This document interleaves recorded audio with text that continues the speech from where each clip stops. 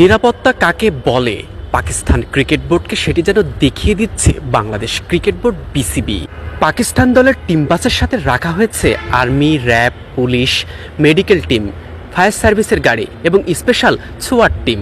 তাহলে বুঝতেই পারছেন কতটা কড়া নিরাপত্তায় টিম হোটেল থেকে মাঠ এবং মাঠ থেকে টিম হোটেলে যাওয়া আসা করে পাকিস্তান দল।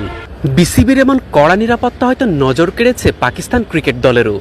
হয়তো দেশে ফিরে বিসিবির প্রশংসা করতেই পারে পাকিস্তান দল।